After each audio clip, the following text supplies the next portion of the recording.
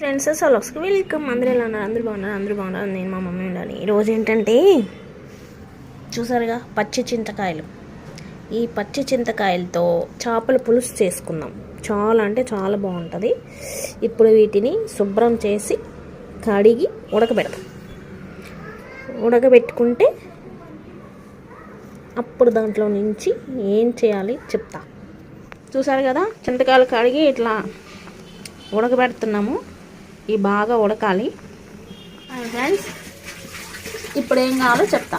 టమాటా, onion, బెండకాయలు, చింతకాయలు ఉడకబెట్టి దాన్ని ఇలా పులుసు చేసి పెట్టుకున్నాము. ఇప్పుడు చేపలు శుభ్రంగా తెల్లగా కడిగి పెట్టుకున్నాము. ఇప్పుడు గిన్నె పెట్టి ఆయిల్ వేసాము. ఆయిల్ హీట్ ఎక్కింది. ఇప్పుడు ఆవాలు, జీలకర్ర, మెంతులు వేద్దాం. ఇప్పుడు ఆవాలు, జీలకర్ర, మెంతులు వేసేసాము. ఇప్పుడు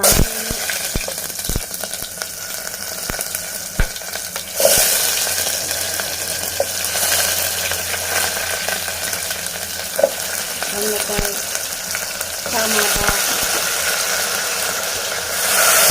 అన్నీ వేసాము. ఇప్పుడు అన్నీ వేసి ఇవి కలుపుకోవాలి. ఇప్పుడు ఇందులో పసుపు,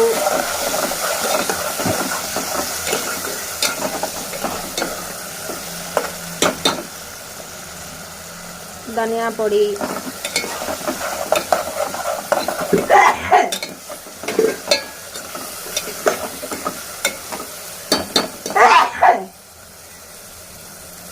రుచికి సరిపడా ఉప్పు,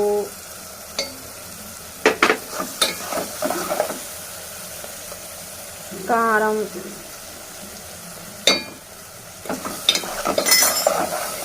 ఇవన్నీ మంచిగా కలుపుకోవాలి.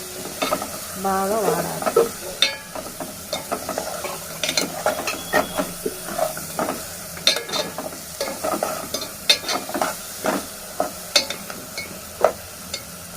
ఇప్పుడు ధనియాలు, మెంతులు, జీలకర్ర వేయించి పెట్టుకున్నాం. ఇప్పుడు మనం పచ్చి చింతకాయలు ఉడకబెట్టుకున్నది పులుసు పోసాము.